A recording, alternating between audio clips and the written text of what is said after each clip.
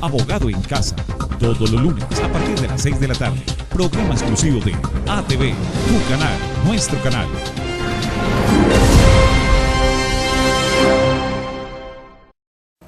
Amables televidentes, es un placer para nosotros estar nuevamente con ustedes, aquí reunidos siempre para invitarlos a que estén con nosotros compartiendo un programa más de Abogado en Casa.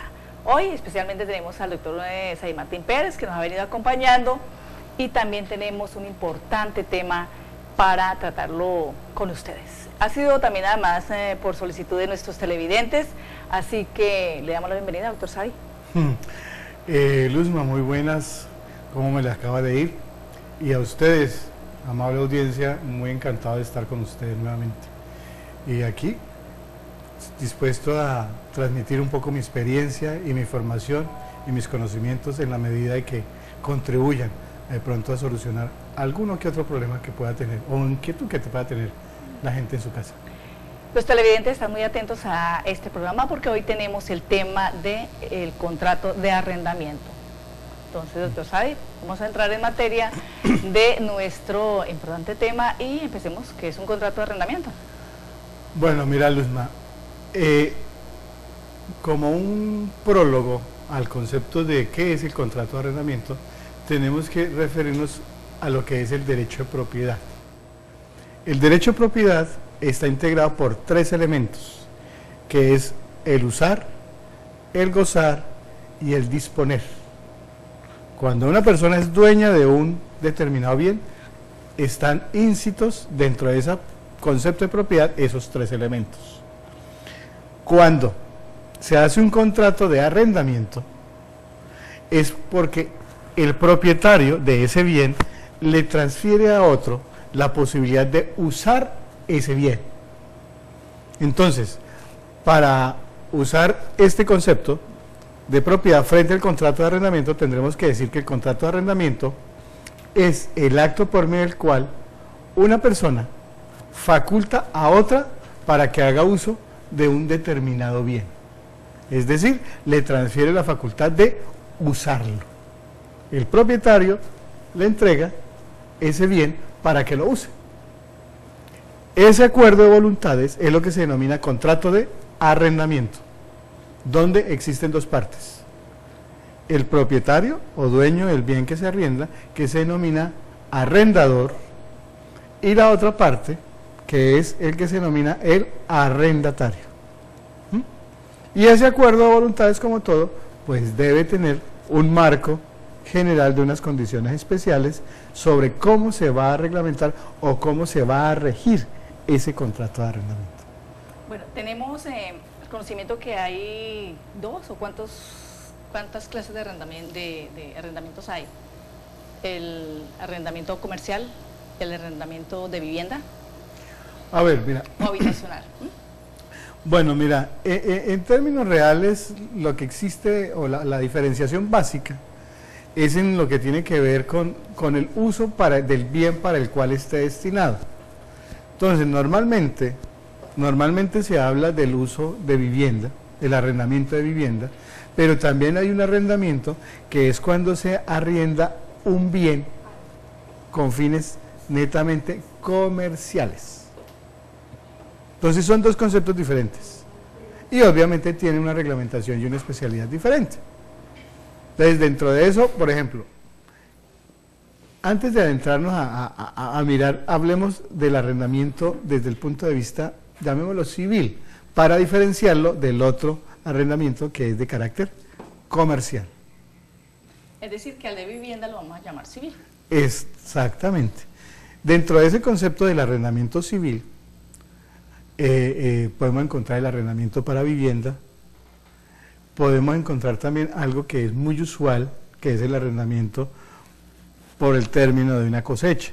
Es decir, aquí en la región, tú sabes que mucha gente arrienda sus tierras por un periodo de un año o lo que dure la cosecha, cuando son cultivos que se denominan estacionarios. Entonces, normalmente lo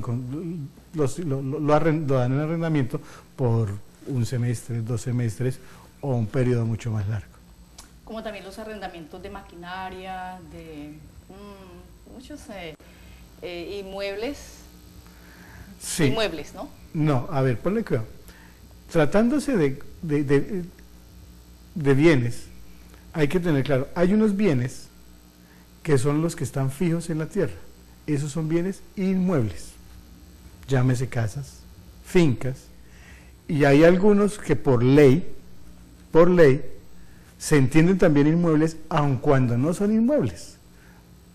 Tal es el caso de los aviones y de los barcos. Bueno, ¿Mm? ya pues. La ley, a pesar de que tú sabes y todo el mundo conocemos de que un avión y un barco se mueven, la ley, por la entidad y los recursos que están vinculados a este tipo de bienes, la ley los entiende como bienes inmuebles y su tratamiento es de bienes inmuebles. Tratándose ya de otro tipo de bienes, que son lo que tú mencionas, el tractor, el carro, esos son bienes muebles. Igual, también en determinadas circunstancias pueden ser dados en arrendamiento.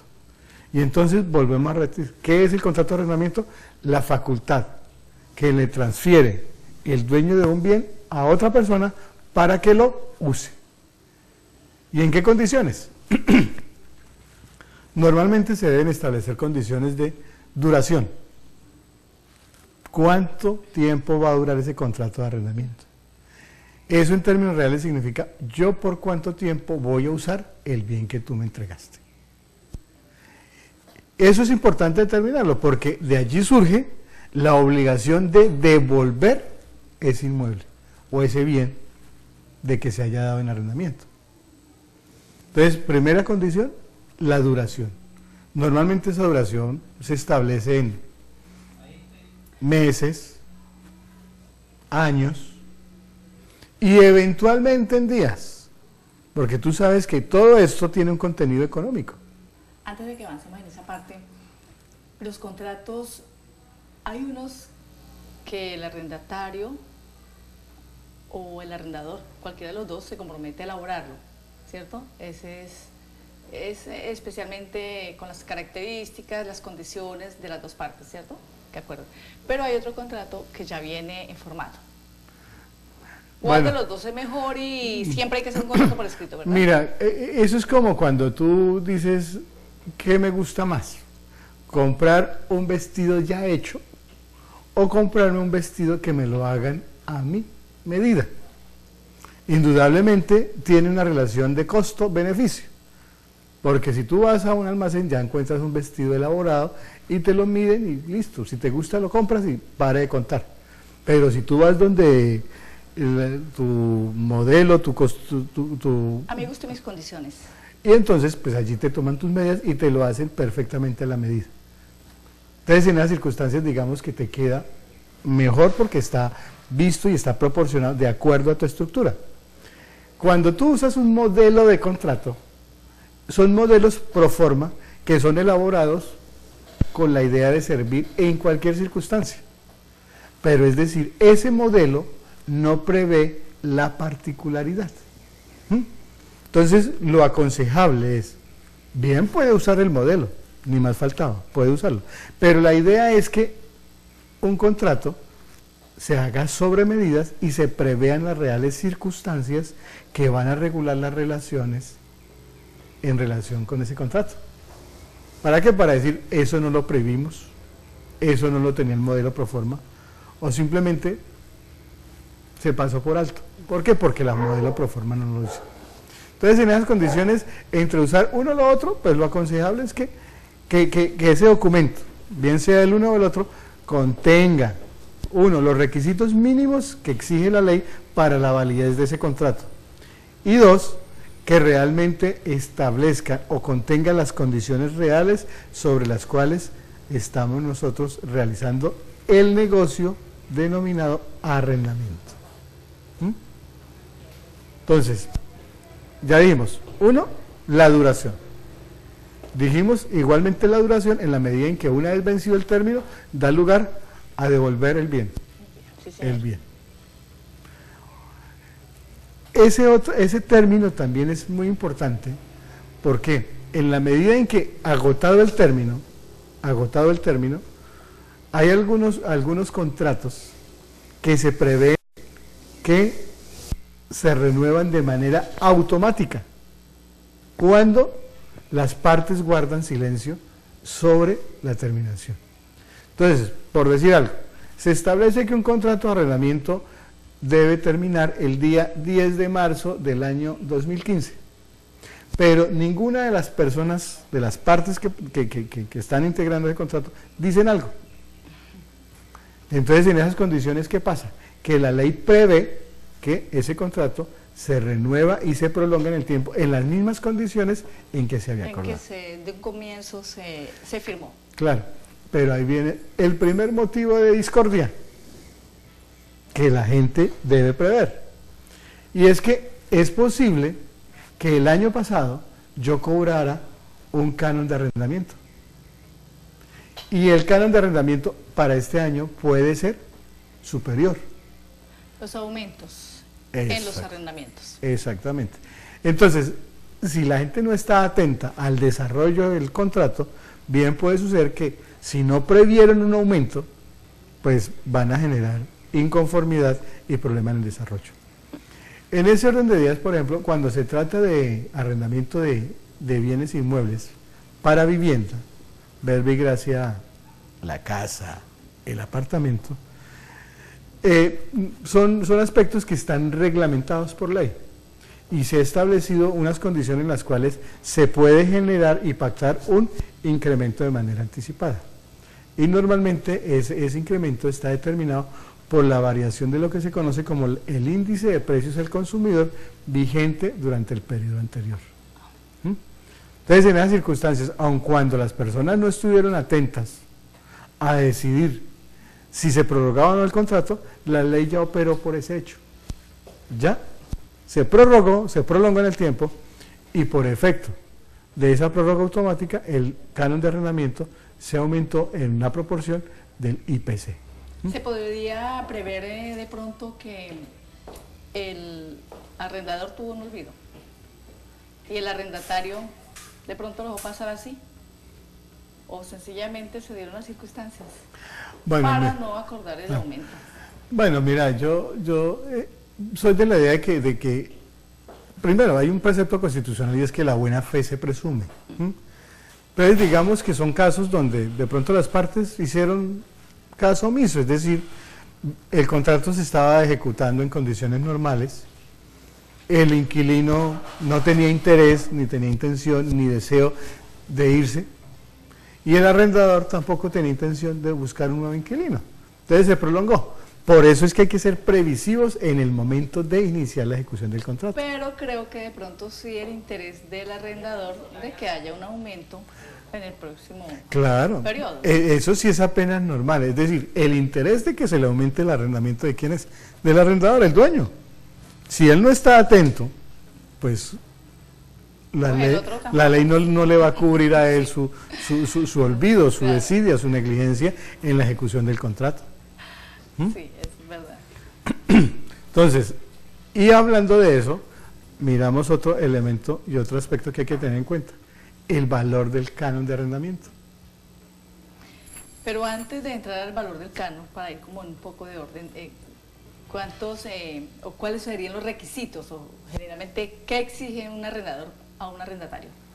Bueno, ¿cuáles son los válidos? ¿No? Porque a veces se sobrepasa y pues piden o exigen más de lo que realmente es necesario. Mira. Pero esto usted me lo cuenta luego de un corte de comerciales. Con gusto.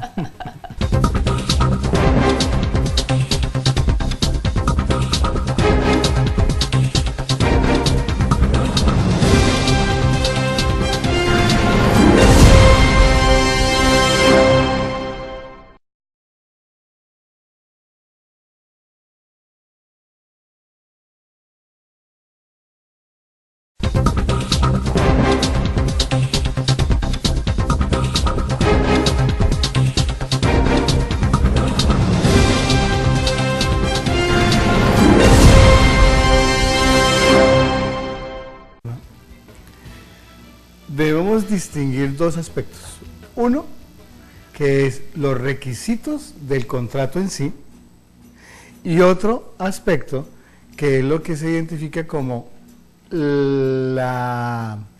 investigación comercial del potencial arrendatario. ¿Qué es lo que sucede en el desarrollo de los contratos de arrendamiento?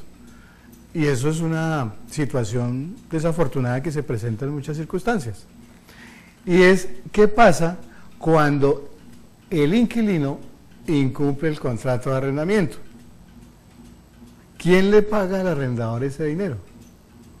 Que el inquilino dejó de pagar. Entonces, ¿qué es lo que sucede? Que previamente a la celebración del contrato de arrendamiento, el arrendador exige una serie de requisitos. ¿Y qué va a exigir? Normalmente está pidiendo unos codeudores, una información comercial del posible inquilino, una información patrimonial del posible inquilino. Pero todos esos elementos no hacen parte del contrato de arrendamiento.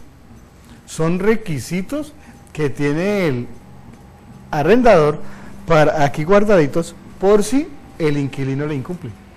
Además que hace un tiempo para acá, no muy lejano, han dado por exigir un depósito adelantado. Eso va como respaldando los servicios cuando no son independientes en el local o en el edificio, cuando los servicios no son independizados del resto de...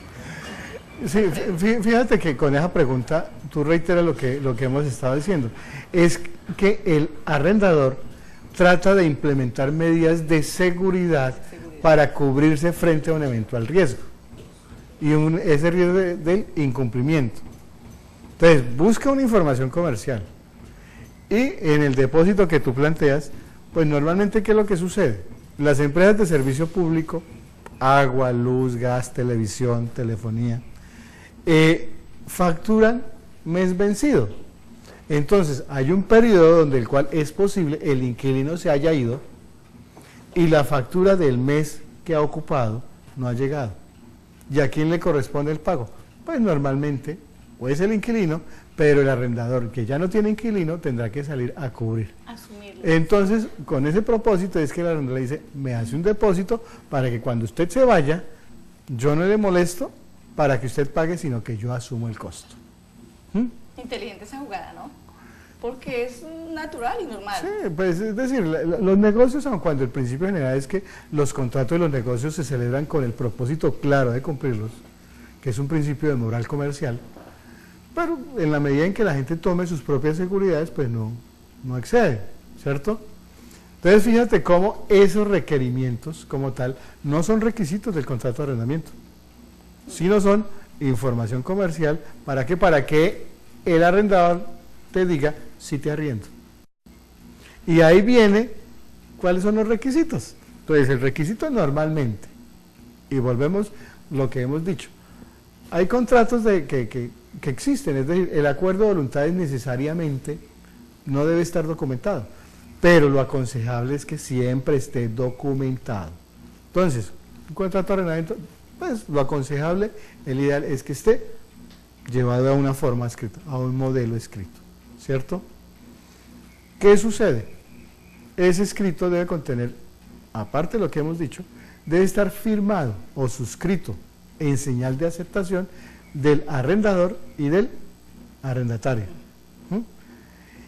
Y lo aconsejable es que esas firmas estén autenticadas ante notario. ¿Por qué razón? Porque es que en el evento de un incumplimiento, esas firmas hacen que ese documento constituya plena prueba de las obligaciones a cargo de cada una de las partes. Si esa firma no está autenticada, la constitución de esa prueba pues puede resultar un poco más compleja, porque pierde la connotación de ser plena prueba y se constituiría en una prueba sumaria. Y habría que en un momento determinado se tuviese que acudir a otros mecanismos para implementar la exigencia de esos cobros que hay allí. Ese documento, para efectos prácticos, el arrendador debe tener claro de que le sirve para exigirle a su inquilino la devolución del bien dado en arrendamiento. Y adicionalmente le sirve para ejecutar y embargar a ese inquilino que ha incumplido. Entonces fíjate cuán importante es que el contrato esté bien elaborado, porque debe contener la facultad para que el arrendador devuelva, para que exija la devolución de su bien y adicionalmente para que el arrendador exija el pago de los cánones de arrendamiento que eventualmente el inquilino ha dejado de cumplir. Bueno, y cuando en el caso que el arrendatario no cumpla con el pago puntual, habría una posibilidad de exigirle que entregue, o sencillamente le recuerda hasta que de pronto paga el mes atrasado con el mes que viene.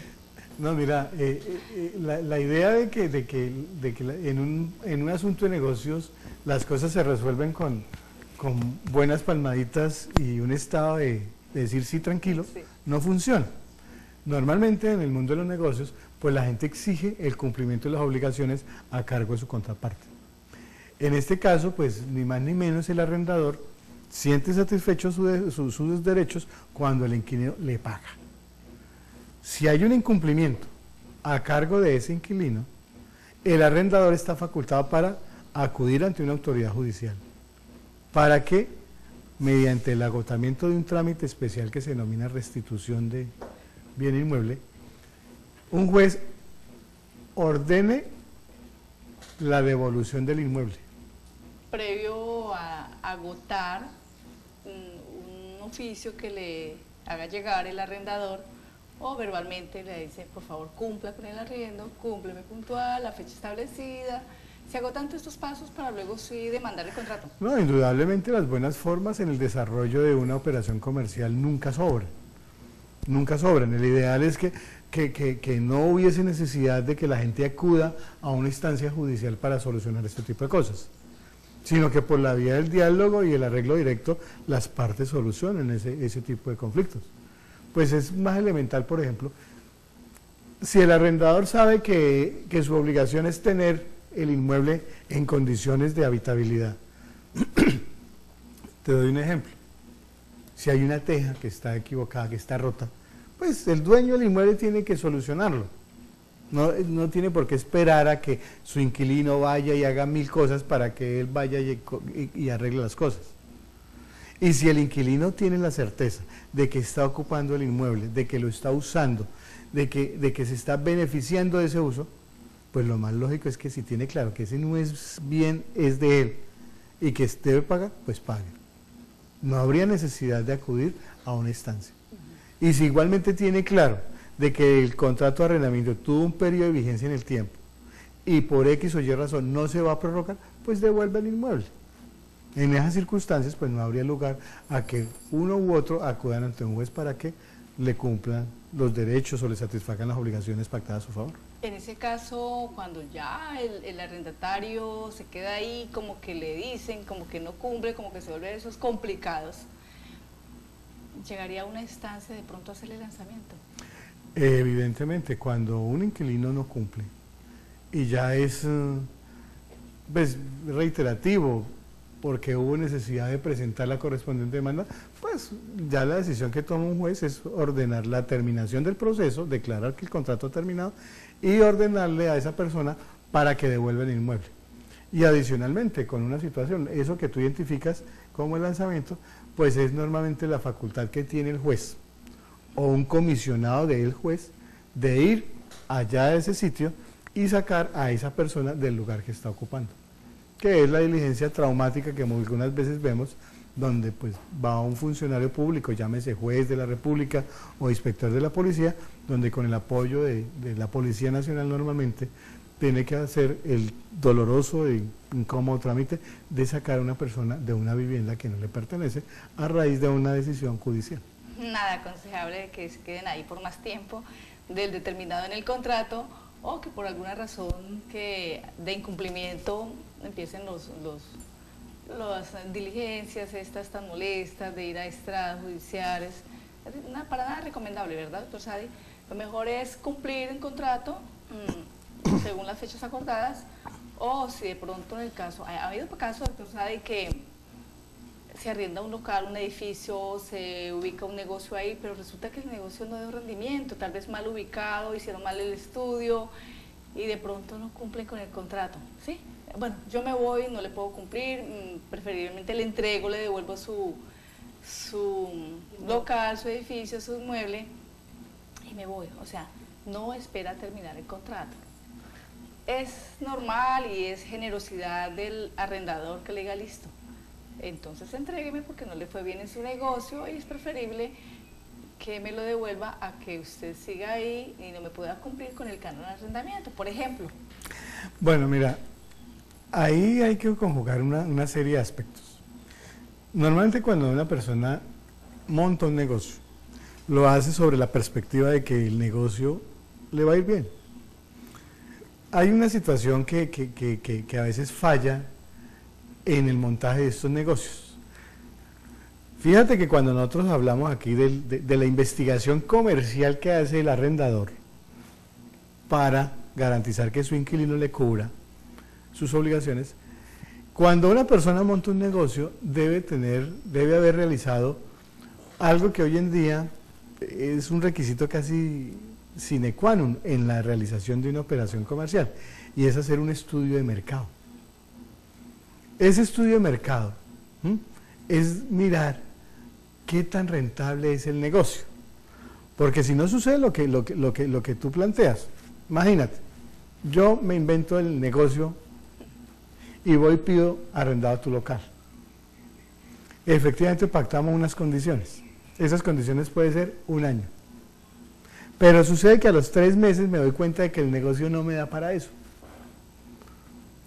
La pregunta es, tú como dueña del local, ¿estás facultado, estás obligada a aceptar que yo haya hecho un error de cálculo y el negocio no me haya dado? ¿Es tu responsabilidad? Ay, pero si no me fue bien, las ventas no están buenas, no, el negocio bueno, se mueve, me equivoqué. Bueno, todo eso es cierto, pero entonces fíjate cómo, así como tú no estás obligada a eso, tú como dueña local, conviene es que lleguemos nosotros a un acuerdo para evitarnos ese inconveniente que tú estás previendo.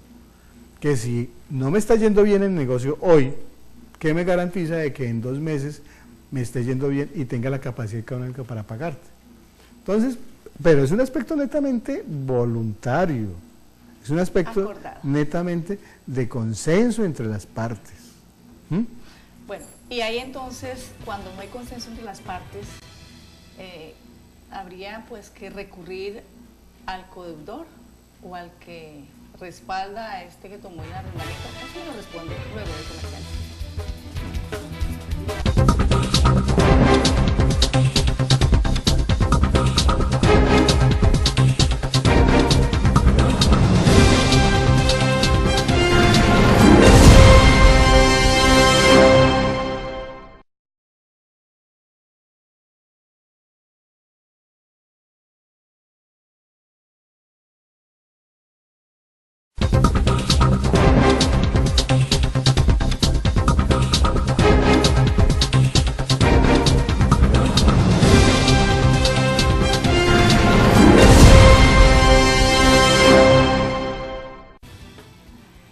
Retomamos la pregunta, doctor Shadi. ¿Qué pasa cuando el arrendatario quiere entregar el local antes de cumplirse el contrato? Y bueno, habría que acudir a la persona que respalde ese contrato, al codeudor, hablando popularmente. Bueno, mira, el codeudor es una figura que garantiza un pago, independientemente de una serie de beneficios que le reconoce ese codeudor, pero digamos que la cuestión es que antes de hacer el negocio, la persona debe ser previsiva en la ejecución de su contrato. ¿Por qué razón? Porque si sucede lo que hemos venido planteando hipotéticamente, de que yo hago un contrato 1 año, pero a los 3 meses me doy cuenta de que ese negocio no me va a funcionar, pues decirle al arrendador, mire, le devuelvo su inmueble porque me fue mal, esa es una responsabilidad que no le compete asumirla al arrendador. Entonces el inquilino estaría en una situación muy difícil, porque el arrendador está en pleno derecho de exigir el cumplimiento de la totalidad del contrato, salvo que dentro del contrato, y fíjate por qué es importante, salvo que dentro del contrato hayan previsto una causal de terminación anticipada por esa circunstancia. Ese sí que es un dolor de cabeza. ¿Ah? Si lo han previsto. Ese sí es terrible, porque si hay una cláusula... Por eso, pero si lo quieren, si, de una forma diligente, responsable, prevén que el negocio no va a dar, pues prevéanlo y ténganlo claro, de tal manera que si a los 3 meses o 4 meses concluye que el negocio no va a dar y no quiere seguir asumiendo el costo que implica pagar un arrendamiento, pues bueno, sobre esa base le dice ya a su arrendador, mire, se cumplió esta condición y es que el negocio no está funcionando, le devuelvo su inmueble porque realmente mi negocio no va a dar. ¿Mm? Pero puede suceder lo contrario, que hoy recibí un negocio, un local, a un valor X y mi negocio me fue excelentemente bien. ¿Mm? Y entonces el arrendador dice, oiga, yo como que le arrendé muy barato. Y ha sucedido. Y fíjate, entonces, pero ¿lo previeron? No. Es el ejercicio que del desarrollo del negocio y la actividad empresarial de ese inquilino que le está dando el resultado. Por tanto, el arrendador no está facultado para decir, oiga, yo le arrendé a X dinero y ahora necesito cobrarle 2X, cobrarle más. ¿Mm? Salvo que lo hayan previsto. Habría que esperar que se cumpliera ese contrato para luego en el próximo que se renueve. Sí. Colocar Ahora, de pronto la condición, ¿no? Claro, esas son las circunstancias que hacen que las partes estén atentos en la ejecución del contrato. Porque es que dentro de la ejecución de un contrato comercial está la facultad, y es un derecho a favor del inquilino, el derecho a la renovación del contrato. Siempre y cuando se desarrollen y se cumplan ciertas condiciones. Entonces, uno de esos es, por ejemplo, que ese inquilino haya ocupado el inmueble por un periodo mínimo de 2 años. Cuando un inquilino ha asumido y ha ejecutado un contrato comercial en las condiciones pactadas, eso quiere decir que ha sido un inquilino modelo, ha cumplido a cabalidad sus compromisos, tiene derecho a que le renueven el contrato por el hecho de haber pasado. Entonces no le pueden decir, váyase, no le voy a renovar el contrato porque tiene un derecho a esa renovación del contrato. En estos días por ahí, eso de que uno dialoga con la gente, alguien le pregunta, hay inquietudes por ahí como volando en el aire, de pronto uno se sienta a tomar un tinto y alguien le hace una pregunta. Bueno, ¿qué pasa, por ejemplo, si llevo tanto tiempo en un inmueble? 5 años, 6 años, 7 años, 10 años quizás, pero el arrendador me está pidiendo ya que entregue el local, por tiempo, por curarse en salud, porque, bueno, resulta que ese arrendatario mejor, le ha ido bien en su negocio, lo ha puesto pues en un estatus bien de comercio, pero le tocó entregar. Entonces, ¿qué pasó con esa persona? Entrega el local, pero le pone la condición al arrendador que no le vaya a colocar un negocio similar al que él tiene y que tuvo que entregar por exigencia. Eso se llama, ¿cómo se llama eso? ¿Goodwill? Bueno, mira. Lo estoy confundiendo los términos. Sí, no, mira, lo que pasa es que hay un concepto equivocado en la opinión pública, sí. Que dice es que mi inquilino lleva mucho tiempo aquí, entonces alguien le dice, sáquelo porque se le va a apoderar del inmueble. Sí. Y eso es una apreciación que no es correcta. Porque si yo tengo un inquilino que me ha venido cumpliendo, tan cumplido es que me lleva 5, 10 u 8 años, pues no tengo yo por qué salir de eso. Ni mucho menos pensar que mi inquilino se va a quedar con mi inmueble. ¿Sobre qué base? ¿Y dónde está la seguridad? En el recibito de pago del arrendamiento. Y también en el contrato. Claro, pues ahí está. Entonces está un contrato donde ese inquilino reconoce que el inmueble es de su propietario. Además, está el recibo que el arrendador está expidiendo y le está entregando a su inquilino, donde le está reconociendo que él es el dueño y que por eso le paga. Entonces, ¿dónde está el temor o en qué se fundamenta el temor para decir es que ese inquilino se va a quedar con mi inmueble? No, porque ahí está el contrato de arrendamiento y está el recibo. Por eso es importante evitar eso. Porque sucede eso. Si en el caso de un arrendamiento comercial, el comerciante le está yendo bien, primero, por ley, tiene derecho a que le renueven el contrato.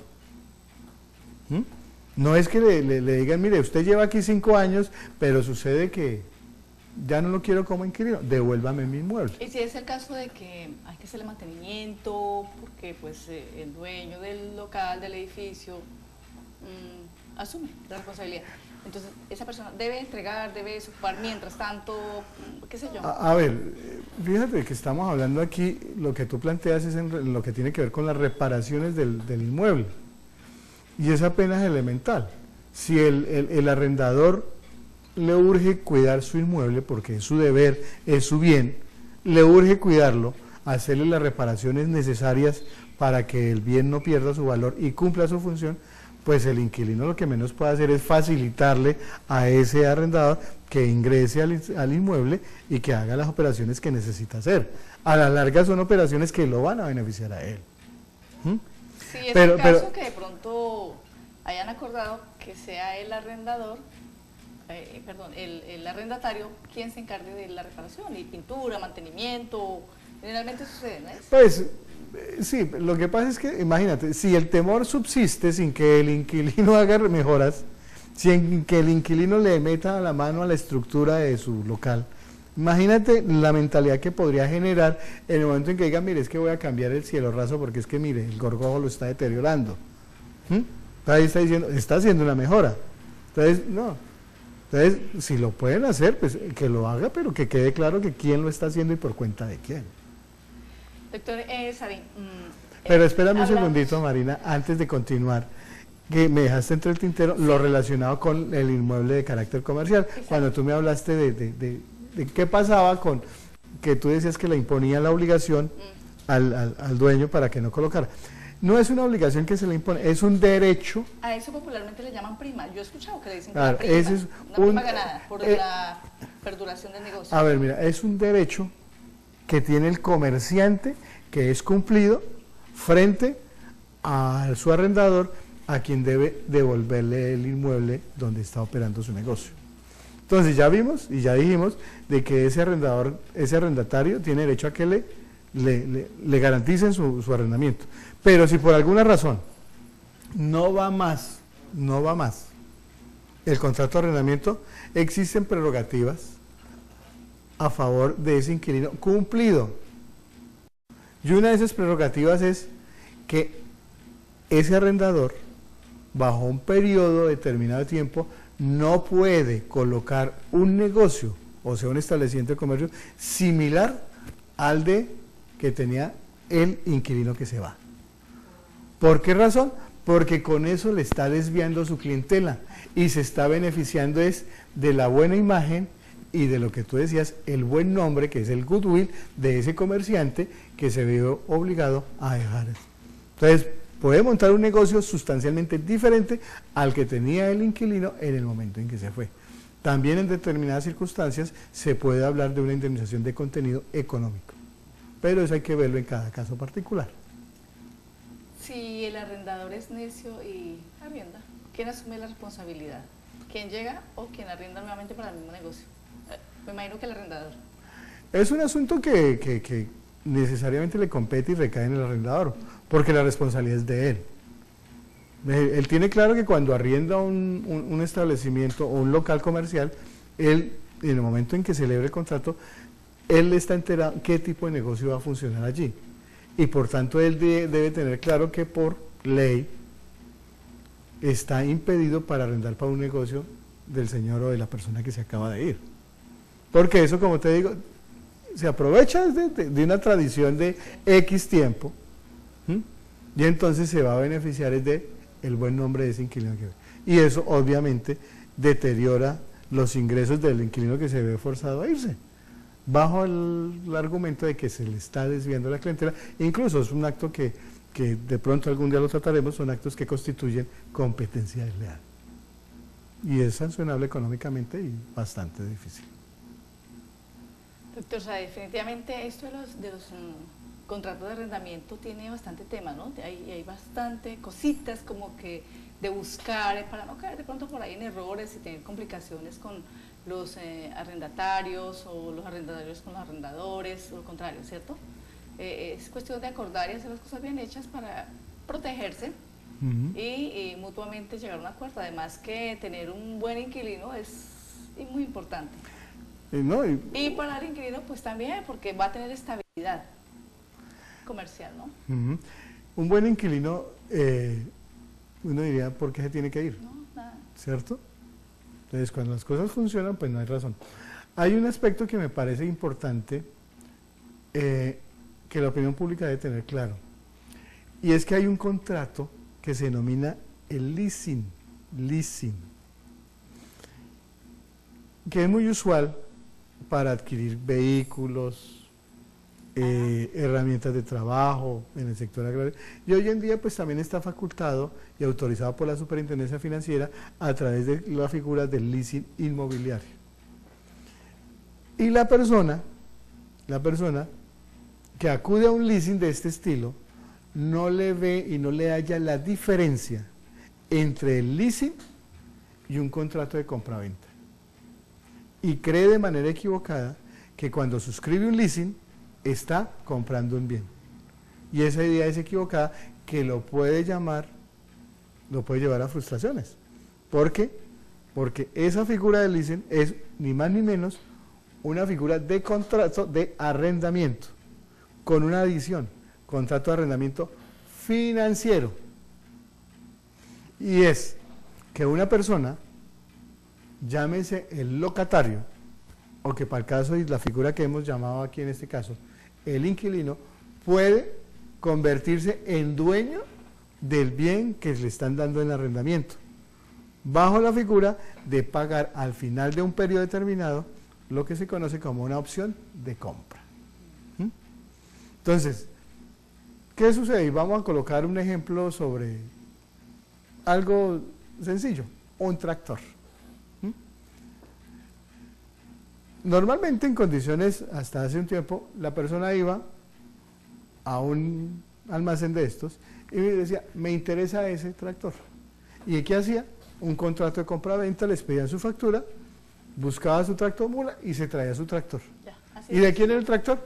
De esa persona. ¿Que lo debía? Porque lo había financiado X o Y entidad. Pues claro, debía, pero el tractor era de esa persona que había ido y la factura decía, le vendimos. Hoy en día en la figura del leasing, ¿qué es? La persona interesada va al banco o a la entidad financiera que él considere y le dice, mire, me interesa adquirir ese tractor. El banco lo compra y se lo entrega vía figura leasing. Igualmente, este agricultor lo coge y se lo lleva para la finca. La pregunta es, ¿de quién es ese tractor? Del banco. Del banco. Del banco. ¿Qué me lo dio a mí? En arrendamiento. Fíjate que en el primer caso yo era el dueño. ¿Cómo se vuelven Y en el segundo caso, el dueño de ese bien es el banco. Sí, claro. Y el banco me lo entregó a mí mediante la implementación de un contrato de leasing. Y lo que yo estoy pagando es un contrato de arrendamiento. Que si yo lo cumplo a cabalidad, al final de un periodo de tiempo, ese tractor va a dejar de ser del banco y yo me voy a convertir en propietario. Y el banco le hace su documento respectivo para que... Sí, le cancela y le dice que ya es el contrato. De que efectivamente es legal ese bien. Doctor Sadi, pues a ver, lamentamos que el tiempo se nos vaya tan rápido. Es un tema bien interesante, es un tema que gusta, pero tenemos que irnos. Bueno. De pronto más adelante vamos a tocar algunas cositas que a veces la gente le dice, uy, me gustaría saber de esto. Claro, yo son puntos que vamos anotando para hacer la pregunta. Creo que en ese orden de ideas por eso es importante y me gustaría de verdad sobremanera que las mismas personas que muy amablemente nos dedican su tiempo a vernos en este espacio nos hicieran conocer sus comentarios, sus sugerencias, sus inquietudes y eventualmente Claro, pues pueden las tenemos en cuenta. depositarlas en el correo electrónico que está en sus pantallas y también en los números telefónicos, los cuales pueden llamar al doctor Sadi Martino, pueden llamar al canal y depositar sus preguntas para un próximo programa o vía el directo celular se las hacen al doctor Sadi Martín Pérez. Para eso estamos, porque siempre con nuestra comunidad, con nuestra audiencia y nuestros televidentes, así que les deseamos que tengan un resto de día feliz.